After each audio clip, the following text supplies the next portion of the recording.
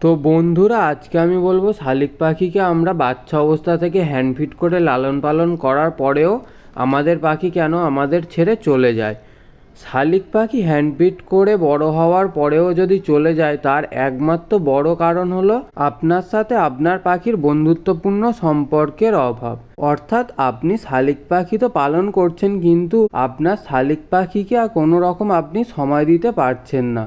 সম্পূর্ণভাবে খাঁচার মধ্যে থেকে পাখিটা ছোট থেকে বড় হয়ে গিয়েছে। তারপর যদি আপনি হঠাৎ করে পাখিকে খাঁচার বাইরে আনেন, তাহলে পাখিটি খাঁচার বাইরের পরিবেশ কিছু চিনতে পারে না।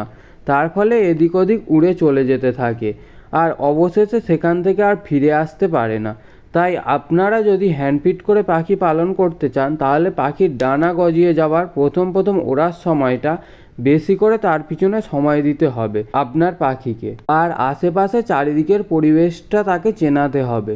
যদি কোনো দিন উড়ে যায়, সেই পাখিটা যেন রাস্তা চিনে আপনার কাছে ফিরে আসতে পারে। আর যখন আপনার পাখিটি আপনার বাড়ির চারপাশের পরিবেশটা চিনতে পেরে যাবে, তখন তাকে সম্পূর্ণভাবে খোলা আকাশের নিচে ছেড়ে দিন। আর আপনার শালিক পাখির ছানাটিকে সময় মতো খেতে দেওয়া এবং তার সঙ্গে খেলাধুলা করা ইত্যাদি করে একটা বন্ধুত্বপূর্ণ সম্পর্ক তৈরি করে ফেলুন। দেখবেন আপনার পাখিটি আর আপনার কাছ থেকে ছেড়ে চলে যাবে না। আর এই সমস্তটা একদিনে সম্ভব না, প্রত্যেক দিন অল্প অল্প করে পাখিটিকে সময় দিয়ে আপনার মতো করে গড়ে তুলুন।